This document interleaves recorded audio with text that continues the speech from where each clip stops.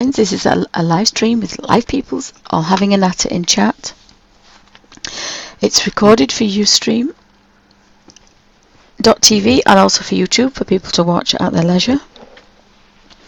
I'm going to be working in the Colin Thompson colouring book, and I think it's called Fantastique.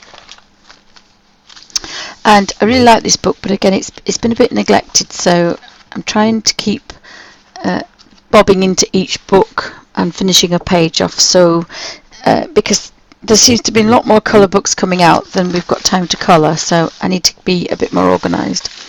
And I'm going to do it in the scratch method, so you could do this. Part one will be scratching all the colour in and then popping a piece of photocopy paper between, because obviously that's what happens. And then you could do the whole book in scratched colour and put a piece of just cheap photocopy paper or printer paper, or you could use tracing paper or greaseproof paper, anything to go between to stop contaminating. Now this is pastel and it's not set. Now there isn't a lot on there, but it might contaminate the other side, so it's very similar. So scratch the colour in, put the paper in, and then you could probably do the whole book. And then you just need to take the book and leave the crayons. If you're going to the beach or going somewhere you didn't really want to take your Neos, then you could take just the book and a water brush and a little pack of baby wipes, and that's all you would need to colour a full page. Now you could do the whole book, or you could just do one page. It depends on how you want to do it. But I thought I'd show you how to scratch the colours in the first time. Now I did this last week the week before with one of Kirby Roseanne's books, and it worked really well. But I put too much colour because I thought you'd need more colour than you do. So this, I've learned a lesson. Now these are really tiny spaces, so they're going to be little tiny dots of colour because they're very vibrant. And it means that you don't have to take the crayons with you. So, and you can also do a children's colouring book. You know, if your kids want to play with your Neos and you say, well, let's just scratch the colour in a little bit, and then they aren't touching your crayons, you could kind of do this and say, right, now you take your brush and you manipulate it and colour it in how you want. But the colour's already on there, so you're not giving your precious crayons to your children, because they are kind of expensive.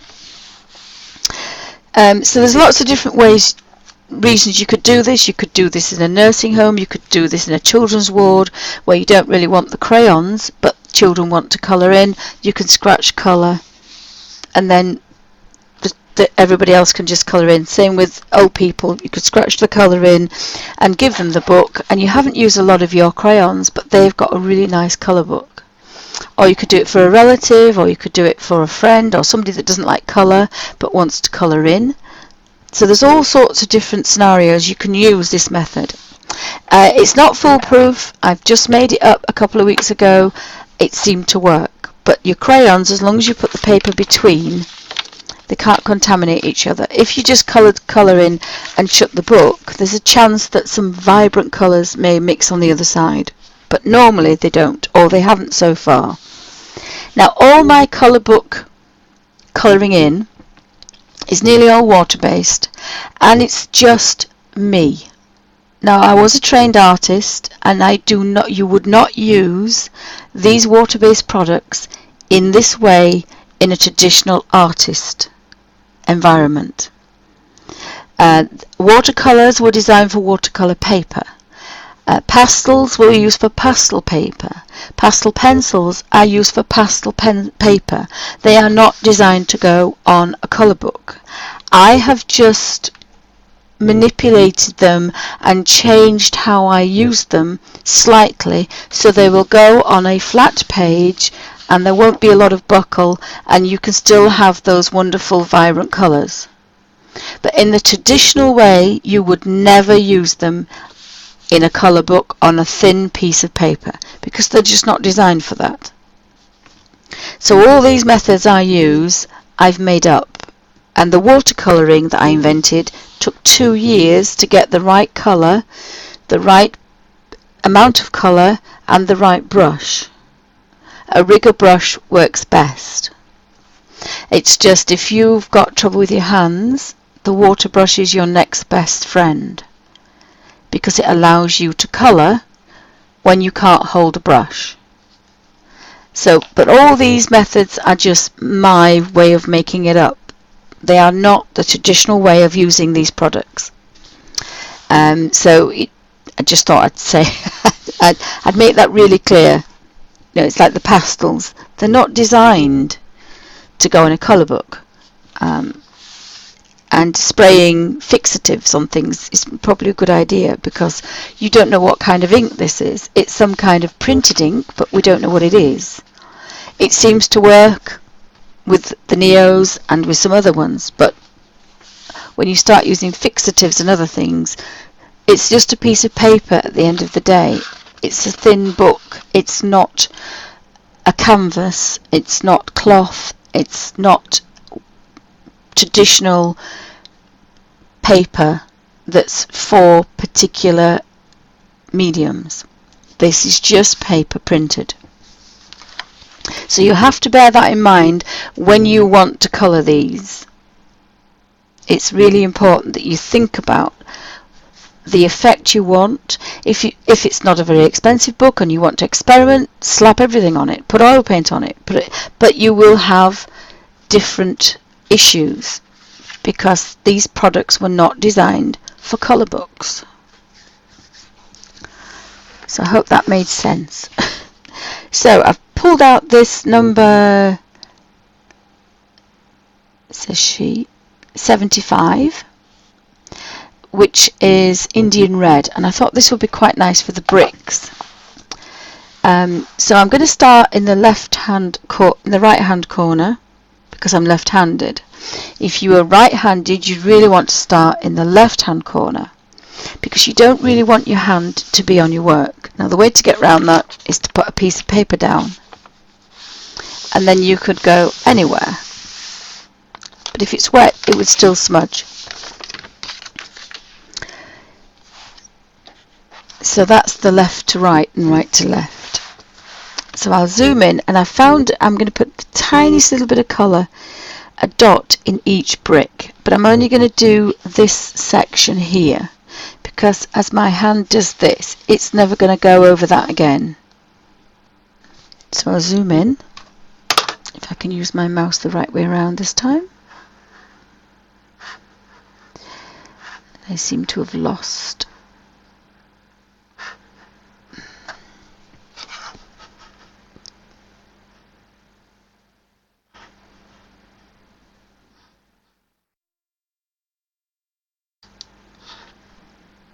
There we go.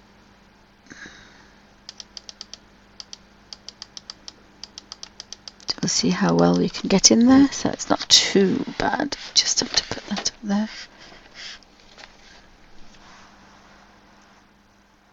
Want to be in this top corner really, if we can. And I'd rather move the book.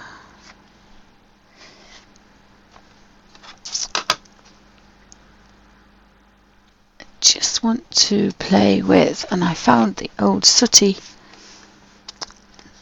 One, so that's good, because we can. Oops.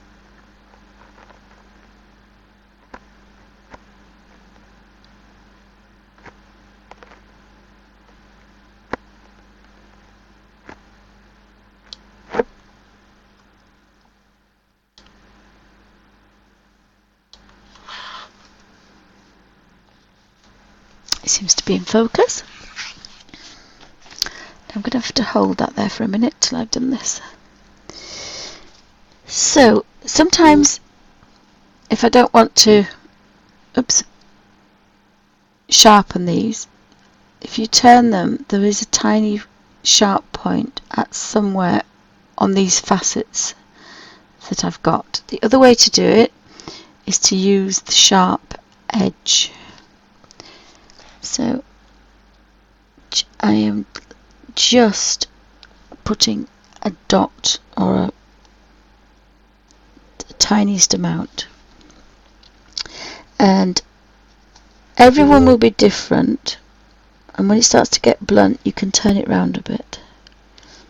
So everyone's going to be different because you're going to put a different amount in each one, and you're going to put the mark in a different place. You're never really going to get it absolutely in the same place. And I would, this particular size, I'm going to go right to the edge,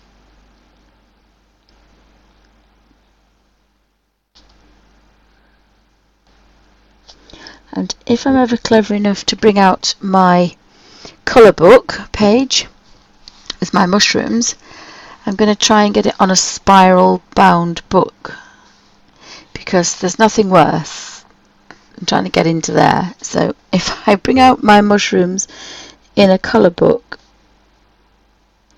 I'm going to put them on a spiral, and then you can turn the whole page round and you have a neat edge. You don't have to try and get into there. Right, so there's a little bit of red there, so I'm going to put this one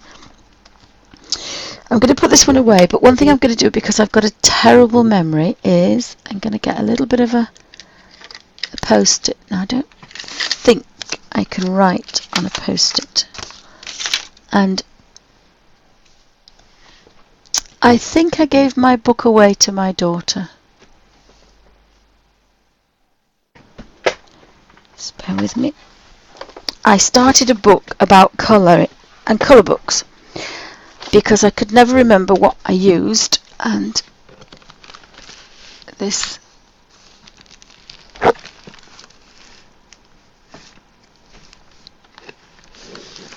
may be it if I put it back.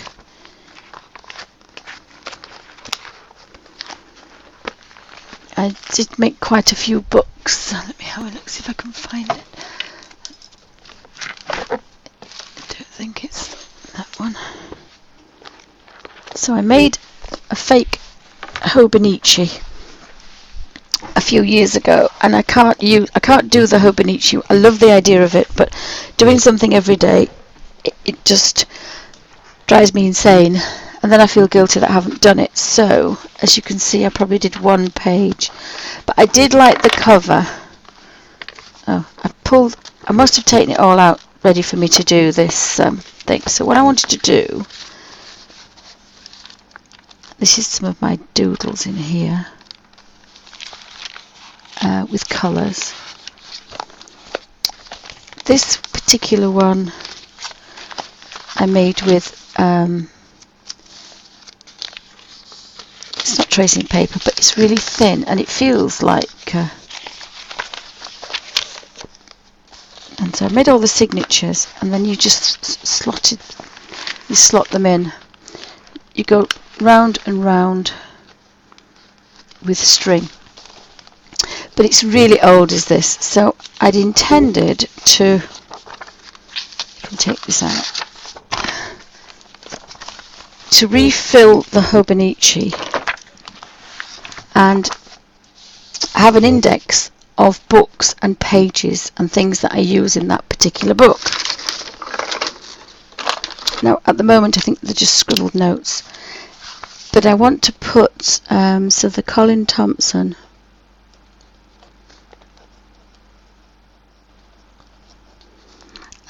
Fantastique, and this would be I intend to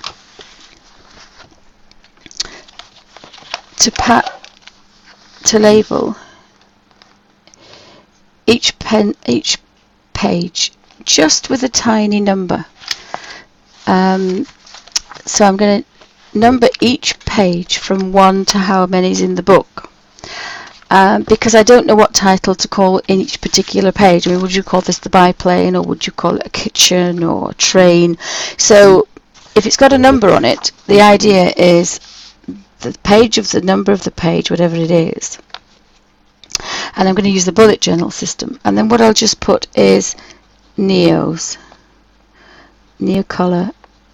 2s, and I shall put the bricks are Indian red, or 75, I think I said, didn't I? Yeah, 75. And this particular page will be all about the colours of this particular page. And so if I forget, I can look back at it. Or the other thing I could do is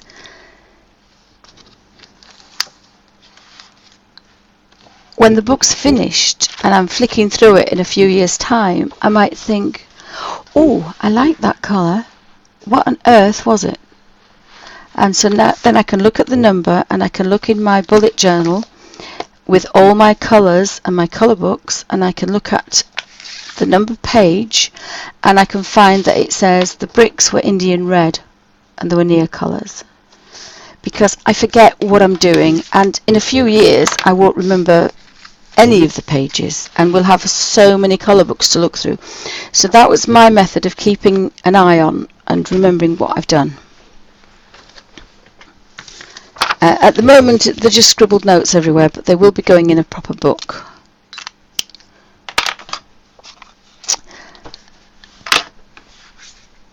So we go back to our little bricks. So we've done the bricks. What else do we want? We want, I think that looks like a laughing cat. I think it looks like a laughing cat. This is going to annoy me immensely because it's just my coffee cup way.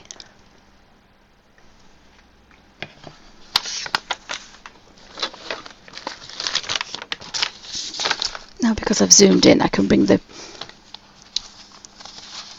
Neos. I keep my Neos in a Derwent art bag, and I pull the sleeves out and flick them when I'm looking for colours. So we need a cat colour, so we could have a Cheshire cat, so we could have an orangey coloured cat.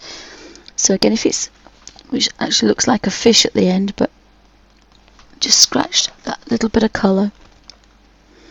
Yeah, it's definitely a cat that's eating a fish. So put a bit of colour there, and don't forget you can manipulate this later. Now the only disadvantage of doing this is you do not know how much colour's on there and how it's going to react until you've done a few pages. Once you've done a few pages, you know that you've got enough colour there to manipulate it round.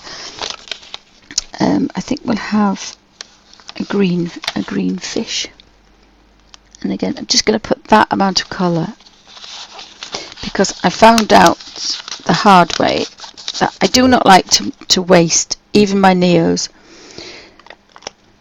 And if you have too much colour, you'll have to wash your brush out and it'll go straight down the drain, and I don't like that. So so that one was turquoise green, number 191, and this one is, it's called Dunkel Beige, but I think they've called it chocolate these days, and it's 405. Some of mine are quite old, so I want a bit of colour down here,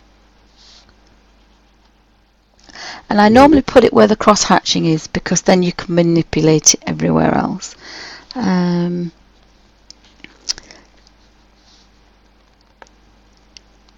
So that colour is going to be that way, that colour is going to be dark there, this colour is going to be dark that way, and this one I'm going to take that way. So you just have to think a little bit about it, but the beauty of it is once you've done it, it's done, it's finished, and you don't have to take your pens with you, or pencils or your Neos. So I want a bit of silver on there. Now I have a light beige which is 402. I kind of want a little bit of colour on there, and I'm just going to touch that and it will be able to be moved around. Now there seems to be a shelf, so we might have that a wooden colour.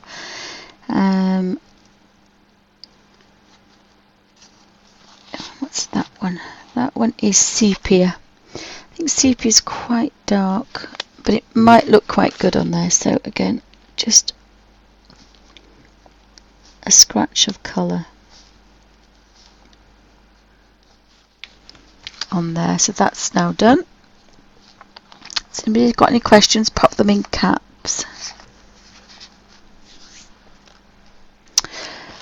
What else are we doing? We've got a little person here, so you can have a dark blue coat on. So that's number 149, night blue. And again, just if you're not sure about the points, use the edge. And it takes a bit of practice, this, so I do this on a photocopy paper or a page you don't particularly like, just so you can get a hang of it. And I think there's enough colour on there. As I've learnt from doing the other page, I put far too much colour on. And we can have 139 indigo blue for his trousers. And again, if you just want a touch of colour,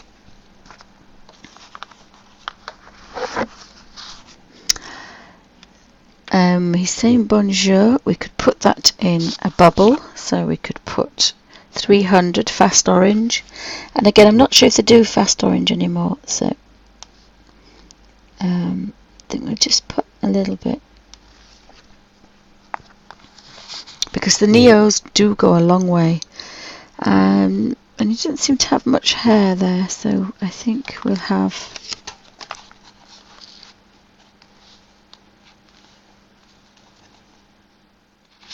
that dunkel beige colour again, just for the bottom of his hair. And I do have a flesh pink, I think, in this set.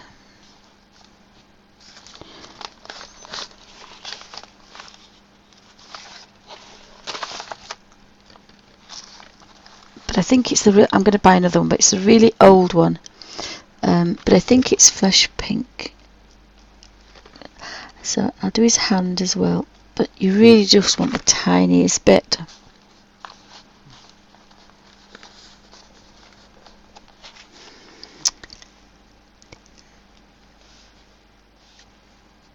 So we've got to think about the background. What to do about the background? We've got a fan there as well, so that's going to be kind of a grey colour.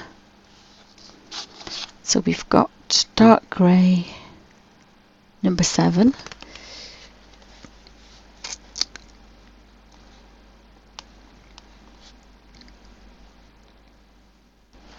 And there is really the tiniest touch, and then I've got a really kind of,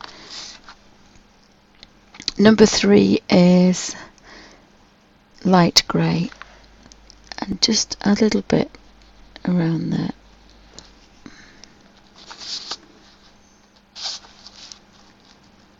And then we've got a mouse grey, number 6, just a little bit.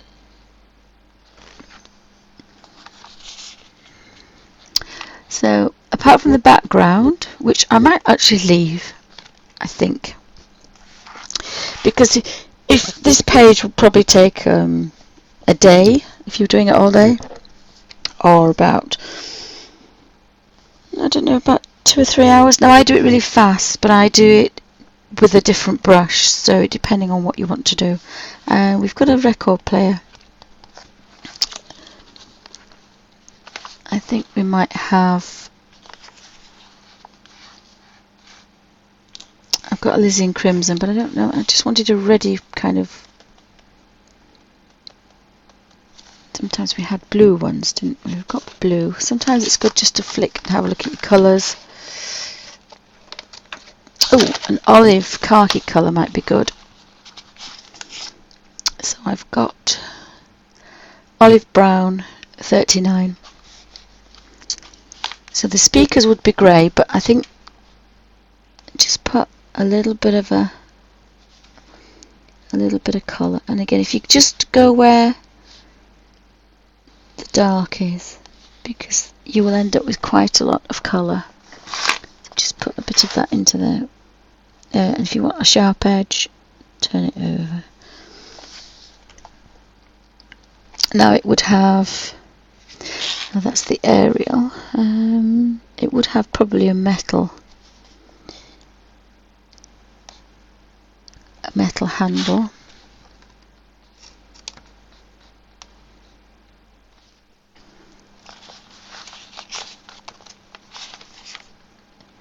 And we've got a raw umber 49, And I think perhaps this outside of the speakers could be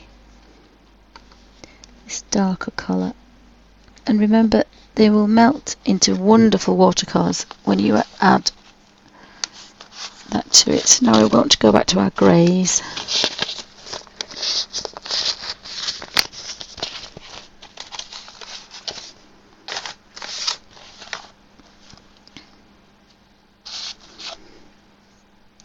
And we've got number 6 mouse grey. I kind of like that one, so I'm going to put a bit of mousy grey on that one and a little bit up there.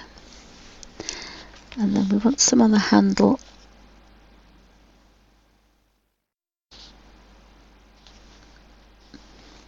And we'll have some on this bit here. And just put a little bit of that, because what will happen is once you get it on your brush, you will have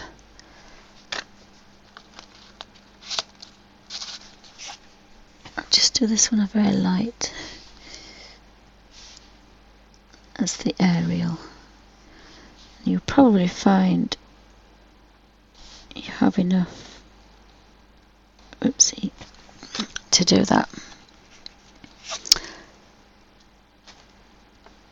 And I'm going to leave the white for the minute. We've got a piece of rope here, so rope is normally straw coloured, so I need to look. I've got light ochre 32, and this will need that edge because, oops, I missed the colour there. It's probably better not to go for something too fine, but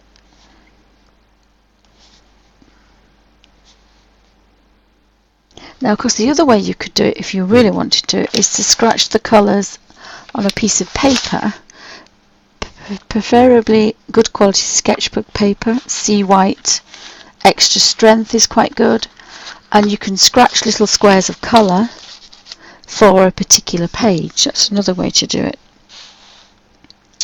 I don't know what that is. I think it's a whisk. Again, I do not like these silly edges because they get on your nerves. I think it's a whisk, but I'm not sure. Sometimes if I'm not sure I have to leave it, but that's definitely a can. It's not a can opener. It's some kind of metal, so we can just scratch a little bit of grey in there. And sometimes you do, if you finish the colour, you want to put more colour on, so of course you can do that. With Neos you can do that later. I'm going to put a little bit of this kind of grey there. And this one is orange yellow. I think I might do the background orange yellow. Like a canvassy colour. And again, you really don't want a lot.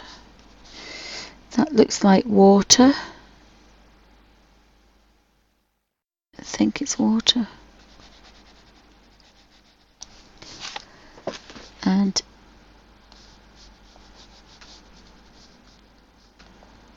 I did put quite a lot of colour on mine. So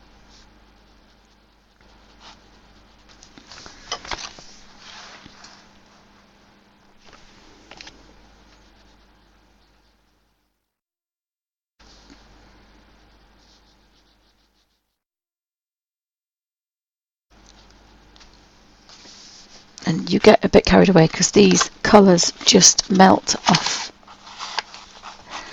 the crayon. So I'm pretty sure that's water, so I'm going to put a blue. The lightest blue I have is a very old Neocolor 2 171, and it's not named. It isn't named. It's 171.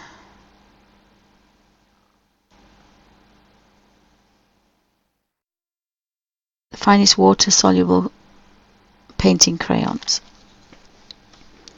And just the tiniest little scratch there. I think we're going to have a red biplane, but I need to do this section next. These look like peanuts, perhaps. This is a butterfly cocoon, I think. Again, I've left that red out so that I can just continue with that red. But I could do the whole of this page, so I'm just going all the way down.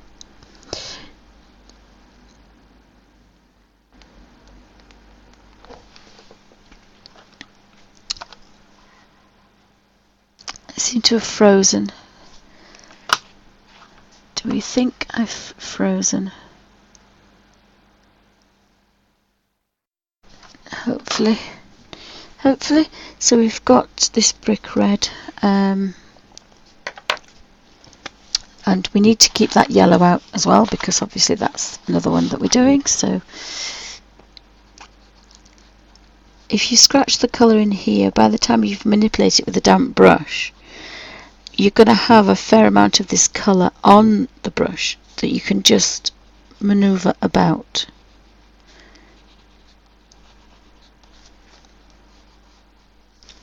And that's why you really don't want very much. So these peanuts are going to have to be a little bit darker now. So I'm going to leave that out because that's the background. So I've left the red and the yellow background. Peanut colour is a little, probably a bit a reddy brown. What's this one? That's an apricot. Oh, apricot might be okay. Apricot. And by the time you've been around all these, and I would do that one with that little brush. You know, I would damp this little brush and use it for these spaces. And probably for the bricks as well. It's really tiny. It's not particularly complicated, but it is a tiny space. There's a lot of tiny little places hidden in this page. So I think we'll have a red biplane, and we've got some. Oh, we've got cork there. So I think this ochre green 25 will make good cork. So I'll put the cork tops in that one. There's no more cork. I think we might just do a brown.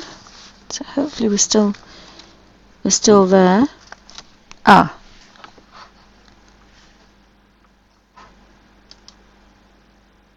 Bear with me, see if I can get this going.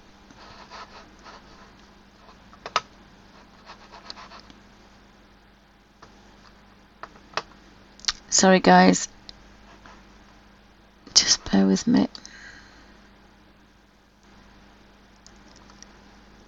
It's swirling, it's doing something or other.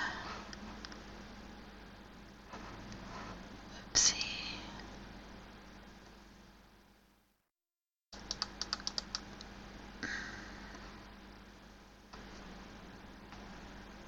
Oh, bye Jane, thanks for stopping by. 11:22. What time are we on now? Oh, so that should be fine. I shall just...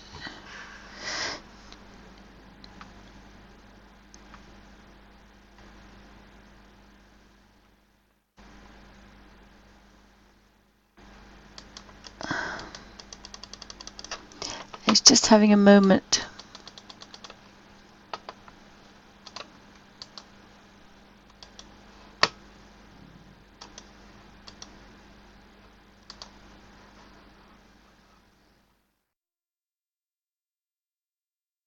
Thanks for stopping by, guys.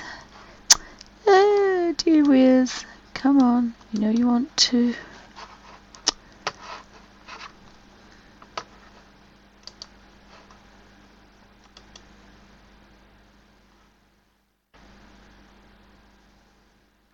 Oh, thanks, Melody. Yep, I'm trying. It's doing something. Oh, just